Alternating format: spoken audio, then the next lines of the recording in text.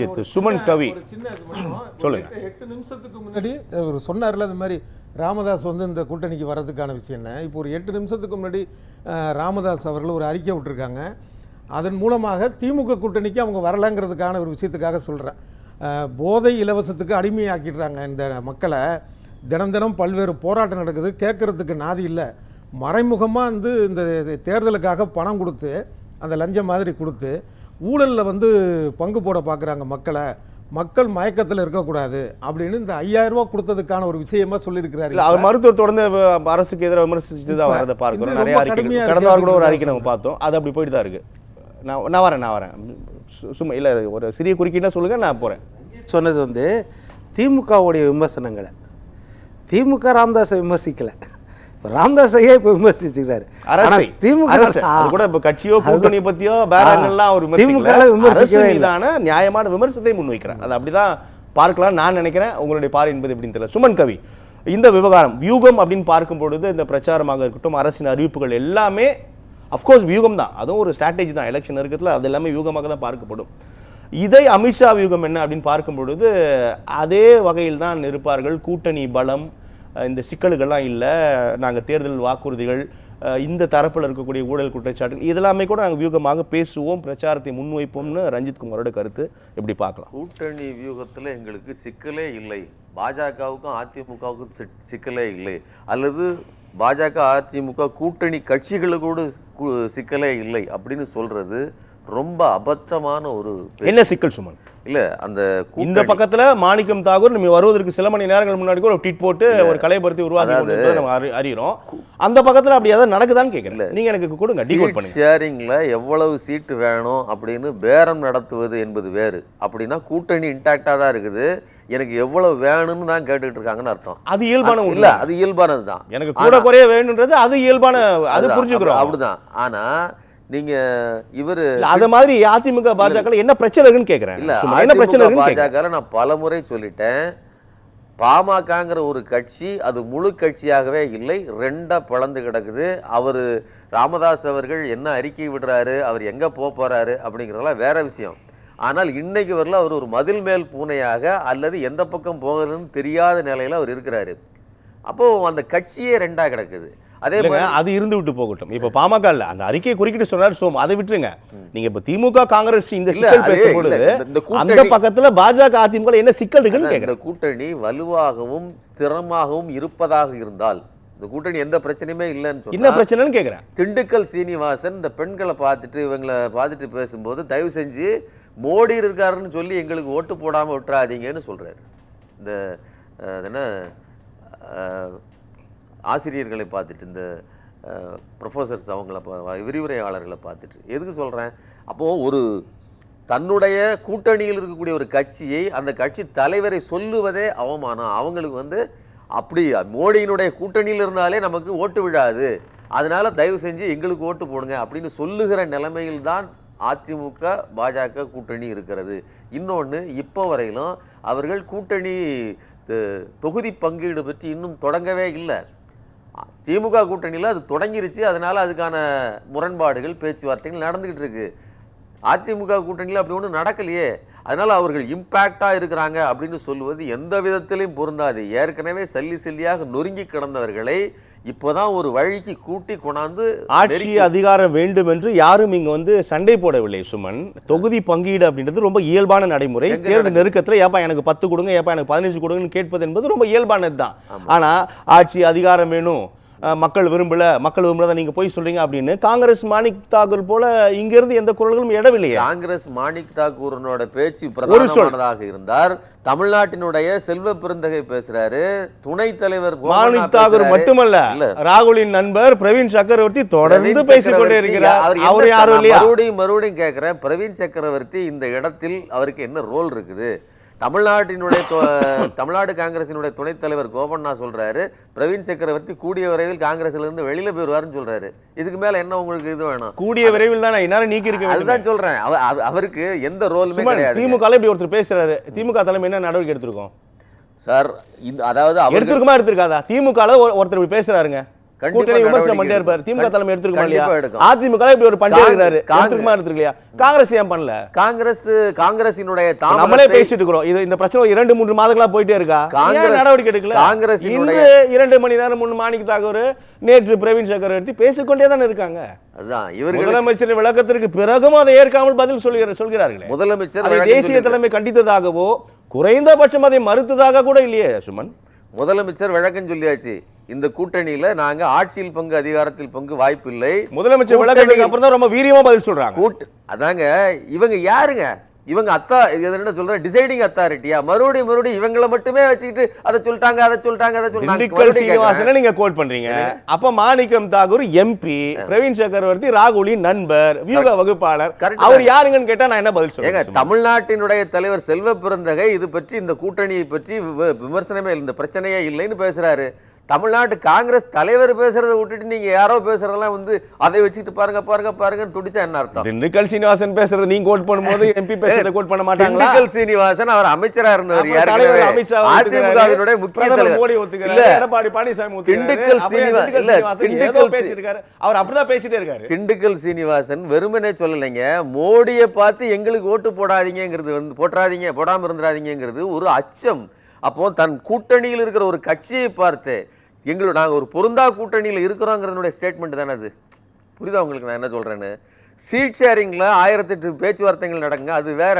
நாங்கள் சேர்ந்திருக்கிற கூட்டணியே சரி கிடையாது. இது எலி பூனை நட்பு அல்லது எலித்தவளை நட்பு.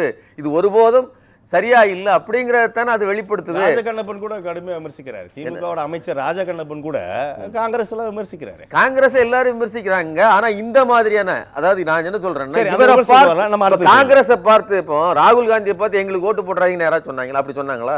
அது எவ்வளவு பெரிய வார்த்தை. அப்படி சொல்லி இருந்தால் இந்த கூட்டணி சேர்ந்திருப்பதே தவறுன்னு அர்த்தம். சார், கூட்டணி பங்கு போட்டுக் கொள்வதில் நடக்கிற சண்டைங்கிறது வேற, நாங்க சேர்ந்திருக்கிறதே தவறுன்னு சொல்லுவது ஒண்ணு இருக்கு இல்லையா? இது தப்பு. இன்னொன்னு வியூகம்னு சொல்றீங்க. அமித்ஷா ஒரு வியூகத்தை வகுப்பதாக இருந்தால் தமிழ்நாட்டில் திமுக அரசு பல்வேறு நலத்திட்டங்களை செஞ்சுக்கிட்டு இருக்குது. நீங்க இந்த தமிழ்நாட்டுக்கு எலெக்ஷன் வரப்போகுது, மற்ற மாநிலங்களுக்கு என்ன பண்றீங்க? பீகார்னு நண்பர் சொன்னாரு, பீகார் எலெக்ஷனுக்கு ஸ்பெஷல் பேக்கேஜஸ் அறிவிக்கிறாரு. அது என்னது, பட்ஜெட்ல வாரி வழங்குறாங்க பணத்தை. தமிழ்நாட்டுக்கு என்ன கொடுக்கப்பட்டுச்சு? 0. ஒரு முட்டை தான் கொடுக்கப்பட்டிருக்கிறது. நீங்க ஜல்ஜீவன் திட்டத்துக்கு நிதி கிடையாது. ஒவ்வொரு வீட்டுக்கும் ஒவ்வொரு மனிதனுக்கும் 55 லிட்டர் தண்ணி கொடுக்கப்படும் அப்படின்னு சொல்லப்பட்ட அந்த திட்டத்துக்கு 3122 கோடி ரூபாய் பணம் கொடுக்கல. கல்வி நிதி, சமரசிக்ஷா அபியான்ங்கிற அந்த பள்ளிகளை அனுமதிக்காதனால 3549 கோடி ரூபாய் பணம் கொடுக்கல. சார், நான் ஒண்ணு கேக்குறேன், 55 லிட்டர் தண்ணி கொடுக்க முடியாத நிலைமையில தமிழக அரசு இருக்கா? சார், நான் சொல்றது உங்களுக்கு புரியுதா புரியலையா? மிக சரியா தமிழ்நாட்டுக்கு மிக சரியா புரிஞ்சுங்க. அது மட்டும் இந்த கேள்வியும் அதனோட இருக்கு. எல்லா 100% எல்லா வீடுகளும் பீகாரை ஒப்பிடுகிறீர்கள், வேண்டாத போது பீகார் பின்தங்கிய மாநிலம் என்கிறீர்களே அப்படின்றாங்க மக்கள். சார், நான் சொல்றது நீங்க சரியா கான்டெக்ட்ல புரிஞ்சுங்க. பீகாருக்கு சிறப்பு திட்டங்கள் கொடுக்கப்பட்டுச்சு. தமிழ்நாடு கேட்டுக்கொண்டிருக்கிற மெட்ரோ ரயில் திட்டம், மதுரைக்கும் கோவைக்கும் மெட்ரோ ரயில் திட்டம் கேட்டாங்க, கொடுத்தீங்களா? ஏங்க இந்த எய்ம்ஸ் மருத்துவமனையை விரைவா கட்டி முடிங்கன்னு சொல்றீங்களா? எதுக்கு ஏதாவது என்ன விளக்கம் கொடுத்தாங்க? இல்ல என்ன விளக்கம் கொடுத்தாங்க? நீங்க கேட்ட போதெல்லாம் கொடுத்துட முடியாது இல்ல. அதுதான் இரண்டு நகரங்களில் 2 மாவட்டங்களிலும் அந்த நீங்க மெட்ரோ ரயில் கேட்பதற்கான விளக்கத்தை மத்திய அரசு என்ன சொன்னாங்க? என்ன சொன்னீங்களே சொல்லுங்க. இல்ல நீங்களே சொல்லுங்க. உங்களுக்கு அந்த நீங்க கரெக்டான இது சப்மிட் பண்ணலன்னு சொன்னாங்க. இல்ல, நான் என்ன சொல்றேன், கொடுக்கணும்னு விருப்பம் உள்ளவர்கள் இதை திருத்தி கொண்டாங்க, இதுல இப்படி இதெல்லாம் சரி பண்ணி கொடுங்க, நான் சரி பண்ணி கொடுக்குறேன்னு சொல்லி கொடுக்க முடியும். இங்க கொடுக்கறதுக்கு மனசு இல்லைங்க. இன்னொன்னு 5000 ரூபாய் இந்த பணம் கொடுத்துருக்காங்க. இந்த பணம் கொடுத்ததை கூட எப்படியாவது நிறுத்தணும்னு சொல்லி கேஸ் போட்டிருக்காங்க. என்ன, அஸ்வினி குமார் உபாத்யாய் அவர் இருக்கார் இல்லையா, அவரு கேஸ் போட்டிருக்காரு, பாஜகவை சேர்ந்தவர். இப்படித்தான் பாஜக ஒன்று நிதி கொடுக்கலங்கிறது மட்டும் இல்லை, தமிழ்நாட்டில் மக்களுக்கு கொடுக்கப்படுகிற இந்த 5000 இந்த நலத்திட்டங்கள், சிறப்பு, அதாவது இலவச திட்டங்கள். உபாத்யாய் என்ன கேஸ் போட்டிருக்காரு? இதுல தேர்தல் நேரங்களில் உங்களுக்கு புதிய திட்டங்கள் அறிவிப்பு கூடாது, அதுவும் குறிப்பா இலவச திட்டங்கள், ஃப்ரீ பீஸ் அறிவிப்பு. புதிய திட்டமா? இது புதிய திட்டம் இல்ல. அறிவித்ததில் பணத்தை கூடுதலாக தருகிறார்கள். இதற்கும் தேர்தல் நேர அறிவிப்புக்கும் எந்த சம்பந்தம் இல்லைன்னு சொல்றாங்களே. அதாங்க இது எல்லாம். அது எது உண்மைன்னு நீங்களே சொல்லுங்க. அதாவது ஒரு பக்கம் பணம் கொடுக்கறது இல்ல, இன்னொரு பக்கம் ஃப்ரீ பீஸை தடுக்க போறோம். இப்போ இந்த மாதிரியான கேஸை நீங்க பீகார்ல அந்த திட்டங்களை வரும்போது தமிழ்நாடுக்கு நீங்க முன்னதான் செஞ்சிருக்க பாஜக ஆளக்கூடிய மாநிலங்களில் இது நிறைவேற்றப்பட்டிருக்கு. அப்புறம் அவங்க வழக்கு போட போறாங்க. அதுலயே அவங்க தோற்று விடுவார்களே சுமன். இது மட்டும் இல்லை சார் ஃப்ரீ பீஸுங்கிறது இது மட்டும் கிடையாது. நாளைக்கு இந்த மடிக்கணினி கொடுக்குற திட்டம் இருக்குது. அடுத்த கட்டமா ஃப்ரீ பீஸ் எதையாவது கொடுக்குறாங்கன்னு வச்சுக்கோங்களேன், அதையும் தடுக்கிற இலவச பேருந்து திட்டம் கொடுத்துருக்காங்களா? பாஜக ஆளு மாநிலங்களில் கொடுக்குறாங்களே சுமன். சார், எப்படி இலவச- வழக்கு போட்டு அதை கெடுப்பாங்கன்னு சார், கேட்கறாங்க. இலவச பேருந்து நான் லேமனா கொடுக்குறாங்க. கேட்கிறேன், பாஜக ஆளு மாநிலங்களில் இந்த திட்டம் செயல்படுத்தப்படுகிறதா இல்லையா? அதைத்தான் அப்புறம் எப்படி இந்த வழக்கை போட்டு நிறுத்துவாங்க? அவங்களுக்குமே அது பேக் ஃபயர் ஆகுமே. அப்ப ஏன் வழக்கு போட்டிருக்காங்க? என்ன வழக்கு? வழக்கோட சாராம்சம் என்னன்னு கேட்கிறேன். வழக்கு ஃப்ரீபீஸ் கொடுக்க கூடாது, புதிய அறிவிப்புகள் கொடுக்க கூடாது, அதற்காக தான் கொடுத்துருக்காங்க, போட்டிருக்காரு. சரிங்களா? இப்படி பணம் கொடுக்கறது கிடையாது, அதாவது உரிய பங்கை பகிர்ந்தளிப்பது கூட கிடையாது, மக்களுக்கு தேவையான நலத்திட்டங்களை கொடுக்கறது கிடையாது. அது மட்டும் இல்லாமல் வெவ்வேறு மாநிலங்களின் தேர்தல்கள் போய் நின்றுக்கிட்டு தமிழர்கள் இந்த மாதிரி பீகாரிகளை அடிக்கிறார்கள், துன்புறுத்துகிறார்கள்னு பேசுறீங்க. அதே மாதிரி ஒடிசால போய் நின்றுட்டு தமிழ்நாட்டுக்காரர்கள் தமிழ்நாட்டில் போய் பீகாரினுடைய சாவி, அந்த கோயிலினுடைய சாவி மதுரைக்கு போயிடுச்சு அப்படின்னு பேசுறீங்க. இப்போ தமிழர்களை திருடர்களாக, முரடர்களாக, அயோக்கியர்களாக சித்தரிக்கிற நீங்கள் இன்னைக்கு இங்கே காரைக்காலில் நின்றுக்கிட்டு எனக்கு தமிழ் தெரிய மாட்டேங்குது, தமிழ் பேச முடியல, நான் வருத்தப்படுறேன் அப்படின்னு சொல்லி நாடகம் ஆடுவது என்பது வியூகம் அல்ல. ஒரு பக்கம் திமுக பெர்ஃபார்ம் பண்ணிட்டு இருக்கு சார். இவ்வளவு நிதி நெருக்கடிக்கு மத்தியிலையும் யாருக்கும் சொல்லாமல் 6500 கோடி ரூபாய் அளவிலான பணத்தை உடனேயே ரிலீஸ் பண்ணி மிகப்பெரிய ஒரு பாய்ச்சலை ஒவ்வொரு வீட்டிலையும் நேற்று காலையில் 5000 ரூபாய், கிட்டத்தட்ட 1,31,00,000 வீடு பெண்களுக்கு போய் சேர்ந்துருக்குது. இவ்வளவு பெரிய ஒரு திட்டத்தை நிறைவேற்றி முடிக்குது. சரிங்களா? இப்போ இதையெல்லாம் ஒரு பக்கம், அதாவது ஒன்று முறியடிக்கணும்னு சொன்னால், ஒருத்தருடைய தேர்தல் வியூகத்தை முறியடிக்கணும்னு சொன்னா அவரை விட சிறப்பாக நீங்க பெர்ஃபார்ம் பண்ணணும். அப்படி எந்த இடத்தில் பாஜக வேலை செய்திருக்கிறது? மக்களோட எதிர்பார்ப்பு இந்த கோடை காலம் எல்லாம் 5ஆம் ஆண்டில் தான் முதல்வர் கவனத்துக்கு சென்றிருக்கிறதா அப்படின்னு கேள்வி கேட்கிறாங்க.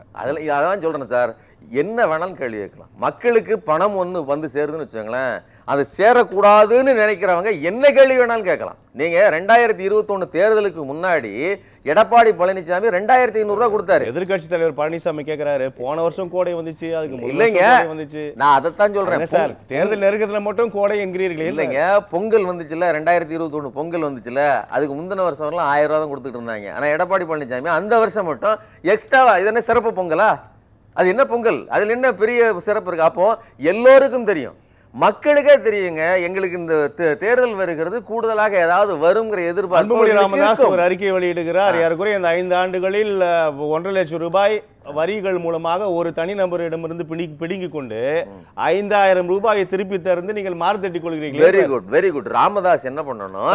கரெக்ஷன் இல்ல 1.3 சம்திங். அதுதான் ராமதாஸ் என்ன பண்ணணும், அவ வரி பகிர்வில் 41% 50% உயர்த்தணும்னு சொன்னதை இந்த 16வது நிதி கமிஷன்ல இல்ல கிடையாது, இன்னும் 5 வருஷத்துக்கு வாய்ப்பே இல்லைன்னு சொன்னாங்கல்ல, அப்போ பொங்கி எழுந்திருக்கணும்.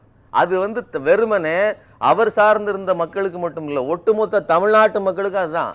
29 பைசா தான் நீ கொடுக்குற, ₹1 29 பைசா தான் உனக்கு வரும்னு சொல்லும்போது கொஞ்சம் கூட உணர்வற்று, தமிழன் என்கிற அந்த உணர்வே இல்லாமல் இருக்கிற தலைவர்கள் பொங்கி எழுந்திருக்கணும். நாம கொடுக்குற பணத்துல இப்படி 3இல் 1 பங்கை, ஏன் 4இல் 1 பங்கை கொடுத்துட்டு நம்மளை ஏமாத்துறாங்களே அப்படின்னு செய்யணும். அதெல்லாம் விட்டுட்டு நெருக்கடிக்கு மத்தியில் மக்களுக்கு ஒரு பணம் வருதுன்னா இதை பற்றி இது ஊழல், இது அதை செய்கிறாங்க இதை செய்கிறாங்கன்னு குறை சொல்வது என்பது இது என்ன சொல்றதுன்னா, நல்லது நடக்கும்போது ஒப்பாரி வைக்கிற ஒரு கையாலாகாதத்தனம். இவர்களாலும் நல்லது நடக்க போறதில்ல. ஏன்னா பாஜகவால் ஒரு நல்லது நடக்கலாம். நான் சொல்லிட்டேன், இதோட லிஸ்ட் போட்டேன். இன்னும் வேணும்னா பெரிய லிஸ்ட் இருக்குது. சரிங்களா? அதனால பாஜக வியூகம் என்பது ஒன்றுமே இல்லை. இன்னொன்னு சொல்லிடுறேன், தமிழ்நாட்டு தேர்தலை முன்வைத்து தமிழ்நாட்டுக்கு சிறப்பாக வியூகம் வைத்து செயல்படுகிற அளவிற்கு பாஜகவின் நிலைமை இல்லை. முன்னாடி மோடி தான் மிகப்பெரிய ஜீவ ரட்சகன், ஜெகத்குரு, அவர் உலகத்துக்கே அறிவுரை சொல்லுகிறவர்னு சொன்னாங்க. ஆனா இன்னைக்கு உலக அரங்கில் மோடியின் பெயர் மிக மோசமாக கெட்டு போயிருக்கிறது. இந்தியாவும் வர்த்தக ஒப்பந்தத்தை போட்டு வச்சிருக்காங்க. ஒட்டுமொத்த உழவர்களின் வாழ்க்கையில் மிகப்பெரிய ஒரு பெரிய பாய்ச்சலை ஏற்படுத்தியிருக்காங்க. அந்த உழவர்களினுடைய பொருட்கள் எல்லாம் இனிமேல் விற்க முடியாத நிலைமை. ஏன்னா வெளிநாட்டில் இருந்து அமெரிக்க நேரடி அமைச்சர் பிஎஸ் கோயலோட விளக்கத்தெல்லாம் நீங்க ஏற்கலையா? அது நிறைய முடியாது. அப்ப நான் ஏற்கலையாங்கிறது இல்ல, உழவர்களே ஏற்கல, தொழிற்சங்கங்கள் ஏற்கல, நேரடியாக அமெரிக்கர்கள் ஒரு காலனி ஆதிக்கத்தை போல் தமிழ்நாட்டுக்குள் வருவதற்கு, இந்தியாவுக்குள் வருவதற்கான ஒப்பந்தங்களை போட்டு வைத்திருக்கிறார்கள். நல்லது சுமன், நம்ம தொடர்ந்து போய் திரு சுமன் கவி. அமித்ஷா காரைக்காலில் இருந்தாலும் சரி, அவர் அஸ்ஸாமில் இருந்தாலும் சரி, எந்த தேர்தல் பரப்புரையில் இருந்தாலும் சரி, அது திமுகவையோ அல்லது தமிழ்நாட்டையோ குறிப்பிடாமல் அமித்ஷாவோ மோடியோ இருப்பதில்லை. அதனால இந்த தலைப்பிலையும் நாம் வந்து இன்னைக்கு டேட்டை தாண்டி இதுல ஒரு உள்ளுணர்வு இருக்கிறது. ஸ்டாலின் வியூகத்தை முறியடிக்க அமித்ஷா வியூகம் என்ன அப்படிங்கிறது தான் அதோட சாராம்சமா இருக்குது. இதுவே தமிழ்நாட்டின் ஓட்டிங் பேட்டர்னுக்கு ஒரு முரணானது அப்படிங்கிறது என்னுடைய கருத்து. சரி, ஒருவேளை கூடுதல் வாக்குறுதிகள் அப்படிங்கிறத ஏற்கனவே கொடுத்த 15 லட்சம் ஒவ்வொரு வீட்டு அக்கௌண்ட்டுக்கும் போடுவேன்னு சொன்ன அந்த இதையே போடலையே, இதுக்கு மேல நீங்க எதை போட போறீங்க? தேர்தல் நினைவுபடுத்தார் 24ல இருந்து கொஞ்சம் வாங்க சாமி 26க்கு அப்படின்னு புரிஞ்சுக்கங்க சார். எப்ப கொடுத்தாலும் கொடுத்த வாக்குறுதிகளை நிறைவேற்றினாரா? 26 சட்டமன்ற தேர்தல், இதுக்குள்ள சட்டமன்ற தேர்தல்ல நீங்க எடப்பாடிங்களா போட்டிருக்கணும். மறுபடியும் இன்னைக்கு உள்ள தலைப்பை வச்சு நீனால அதை போட்டிருக்கீங்க. 26 சட்டமன்ற எடப்பாடி சீன்ல கொண்டு வரல. நீங்க எடப்பாடி பழனிசாமி சீன்ல கொண்டு வரலங்கிறது உண்மையிலேயே பொன்வில்சன் சாருக்கு ரொம்ப வருத்தம். ஆனா கேட்டு பாருங்க. அப்படி அப்போ அமித்ஷா வருதால அமித்ஷா பேரை போடுறாங்க. அதே மாதிரி திருப்பத்தூர் ஸ்டாலின் போறதால முதல்வர் பேரை போடுறாங்க. அவ்வளவுதான். இல்ல, அது கரெக்ட் தாங்க. ஆனாலுமே இங்கே கூட்டணி என்பதே அமித்ஷாவின் முன்னிலையில் தான் வைக்கப்படுகிறது. அதுதான் இப்போ வாக்குறுதி, கூடுதல் வாக்குறுதி நம்பகத்தன்மையாக இல்லை. ஒருவேளை சார் சொன்ன மாதிரி எடப்பாடி பழனிசாமி அவர்களை ஏற்கனவே ஏற்றுக்கொண்டிருந்தால் கூட ஒரு விஷயத்தை, கூடுதல் வாக்குறுதிகள் நம்பகத்தன்மை இல்லை. 21 சட்டமன்ற தேர்தல் போது இந்த அரசு தந்த வாக்குறுதிகள் முக்கியமா சொல்றேன் அப்படின்னு கேக்குறாங்க. சார் வந்து ஏற்கனவே 1000 ரூபாய் பெண்களுக்கு உரிமை தொகை கொடுக்கப்படும் சொன்னதை ஸ்டாலின் தான் முதல்ல சொன்னாரு. அதற்கு பிறகு 26 முன்வைத்தது அதிமுக தான் சொன்னார். அதிமுக சொன்னிச்சு. எப்ப சொன்னிச்சு? முதல்ல போய் ஒரு பேட்டியில கொடுத்தாரு. என்ன சொன்னாரு தெரியுமா? இதெல்லாம் வாய்ப்பு இல்லைங்க, இவ்வளவு பணத்தெல்லாம் கொடுத்து ஒண்ணும் செய்ய முடியாதுங்கன்னு சொன்னாரு எடப்பாடி பழனிசாமி. பிறகு வேற வழி இல்லைன்னு சொல்லி 1500 இந்த முறை 2000 ரூபாய் அறிவிச்சதுக்கு அப்புறம் திமுக அறிவிக்குது. அதான் சொல்றேன். அதாவது இல்ல சார், 2021 மார்ச் மாசமே தேர்தல் அறிக்கை சார். தேர்தல் அறிக்கையில 1500 ரூபாய் சார். அதான் சார். நீங்க அதுக்கப்புறம் அப்புறம் எப்படி சாத்தியம் இல்லைன்னு பேசுறீங்க? அத எப்படி சார்? அப்ப ஏன் சாத்தியம் இல்லை? ஒரு நிமிஷம் சொல்லிறேன். உங்க நடுவுல பேசுறதா மன்னிச்சுக்கணும். ஒரு வருஷம் கழிச்சு அந்த நேர்காணலே இருக்குது என்கிட்ட, நான் என்ன காட்டுறேன். ஒரு வருஷம் கழிச்சு சொல்றாரு 520 வாக்குறுதிகள்ல முக்காவாசி வாக்குறுதிகள் பண வாக்குறுதிகள். ஆனால் ரகுரார் ராஜன், அரவிந்த் சுப்பிரமணியம், அப்புறம் எஸ்தர் டஃப்லோ இவங்க தலைமையெல்லாம் உலக பொருளாதார நிபுணர்களை வச்சு ஒரு வருஷம் நீங்கள் ஒன்றுமே செய்யலை, இந்த நிர்வாகத்தில் பார்த்தீங்கன்னா உங்களால் கொடுக்க முடியாது அப்படின்ட்டு தான் சொன்னார். 1500 ரூபாய் கொடுக்குறேன்னு சொன்னவர் 1000 ரூபாய் கொடுக்க முடியாது. இது டேட்டோட இருக்குது என்கிட்ட. சாரோட உருட்டை நான் வந்து உண்மையிலே இது டேட்டோட இருக்குது. காட்டுல உருட்டாயிரும் இல்ல பணம் இல்ல ஒரு சொல்றேன் கருத்து. பணமாக நேரடியாக கொடுப்பது தவறு அப்படின்னு பேசுவாப்ல. ஆனா எடப்பாடி பழனிசாமி கொடுக்கிறது மட்டும் சரின்னு பேசுவாங்க. பீகார் தேர்தல 10000 ரூபாய் கொடுத்தது நீங்க எதிர்த்தீங்களா? ஏற்றீங்களா? எதிர்த்தீங்க. இப்போ 10000 ரூபாய் கொடுக்குறீங்க.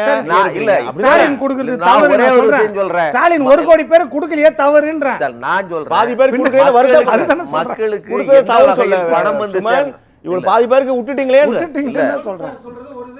இப்படின்னா ஏற்கனவே வந்து அமித்ஷா 15 லட்சம் கொடுத்து அறிவிக்கல, தரல. அத சொல்றாரு. இப்ப அதே மாதிரி இப்ப வந்து சொல்றது செய்யலன்ட்டு. அப்ப திமுக கொள்கை தலைவரா அமித்ஷா ஆகிருங்க. இல்ல இல்ல இல்ல இல்ல, அதாவது மக்களுக்கு எந்த வடிவத்தில் பணம் வந்து சேர்ந்தாலும் அது சரின்னு நினைக்கக்கூடியவன். நான் ஏற்கனவே இந்த மேடையில பதிவு செஞ்சிருக்கிறேன். நோபல் பரிசு பெற்ற அமிர்தயாசன் சொல்லியிருக்கிறாரு, அடித்தட்டு மக்களுக்கு பணம் பெற வேண்டும் என்றால் இந்தியா போன்ற ஏழை நாடுகளில் அடிக்கடி எலெக்ஷன் வர வேண்டும். இது நான் சொல்லல, பொருளாதாரத்துறையில் ஆய்வு செய்த ஒரு தலைவர் சொல்றாரு. அப்ப என்ன அர்த்தம்னா அமிர்தயாசன் சொல்லியிருக்கிறாரு, கண்டிப்பா சொல்லியிருக்காரு, இதை சொல்லியிருக்காரு. நீங்க வேணா தேடி பாருங்க.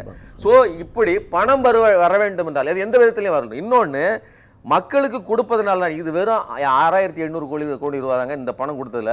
ஆனால் இல்ல இல்ல ஒரு நிமிஷம், கார்பரேட் டாக்ஸை 10 ஆண்டுகளில் write off and waiver off பண்ணது 16 லட்சம் கோடி ரூபாய் மோடி அரசு. நல்லா புரிஞ்சுக்கங்க. பல தருணங்கள் விளக்கம் அதெல்லாம் ஏமாத்துவேல சார். இது இல்ல ஏமாத்துவேல. மொத்தமாக சேர்த்து 24 லட்சம் கோடி, 24 லட்சம் கோடி. எத்தனை பட்ஜெட் போட முடியும்? எத்தனை பேருடைய இது நான் தீர்ப்புக்கு வர கூடுதல் வாக்குறுதிகள் கொடுப்பதனாலேயே எடப்பாடி பழனிசாமி கடந்த 2021 எப்படி மக்கள் நம்பாததை போல இந்த முறையும் நம்ப மாட்டார்கள். யார் நம்ப ஏன்னா மாட்டாங்க? மோடி இப்ப ஆட்சியில எங்க கூட திமுக. இருக்கிறாரு. ஸ்டாலின் இப்ப ஆட்சியில கட்சிக்காரர் இருக்க திமுகங்க. எது எது இப்ப ஆட்சியில இருக்க திமுக. அட வாக்குறுதிகள் இவர்கள் கொடுத்தால் மட்டும் நீங்க என்ன சொல்றீங்க? கூடுதல் வாக்குறுதி யார் கொடுக்கணும்? திமுக கொடுக்கணுமா? வியூகத்துல யார் கொடுக்கணும்? கொடுத்திருக்காங்களே. திமுக கொடுத்திருக்குங்க. 2000 ரூபாய் அதிமுக அறிவிப்புக்கு அப்புறம் அவங்க கொடுத்துட்டாங்க. இல்ல இப்போ இல்ல. ஸ்டாலின் நீங்க கொடுத்திருக்காரு. அதாவது நீங்க பேசுறத கரெக்டா சொல்லுங்க. கூடுதல் வாக்குறுதி யார் கொடுக்கணும்? யார் கொடுக்கணும்? இது யாருக்காக? யார் கொடுக்கணும்? சுமனே சொல்லுங்க. அமித்ஷா வகுக்கிற இல்லங்க, வியூகம். யார் கொடுக்கணும்? அமித்ஷா வகுக்கிற வியூகம். யார் கொடுக்கணும் என்பது 2 பேரும் கொடுத்துட்டாங்களேன்னு சொல்லுங்க. இல்ல சார், இப்ப நடக்கிறது திமுக ஆட்சின்னு சொல்றீங்க. திமுக ஆல்ரெடி அறிவிச்சிருச்சு. அதிமுகவும் சொல்லி இருக்குது 2000 ரூபாய் நான் கொடுக்கறேன்னு சொல்லி. ஆனால் ஏற்கனவே 1500 ரூபாய் நான் கொடுக்கேன்னு சொன்னதை 2021 ஏற்கல. ஏன்னா இவரால் முடியாது. அதை யாரால் எதை செய்து முடிக்க முடியுமோ அதைத்தான் மக்கள் நம்புவாங்க. இந்த கூட்டணியை மக்கள் நம்பல. நல்லது, உங்க இறுதியாக கருத்தை புரியுது. 52,40,000 பேருக்கு லேப்டாப்பே பெருசா தெரியாத காலத்துல கொடுத்த கட்சி அதிமுக. அதே மாதிரி 12,100 கோடி ஒரு முறைக்கு 2 முறை விவசாய கடன் தள்ளுபடி பண்ணது நல்லது, நல்லது, அதிமுக. நன்றி. அதே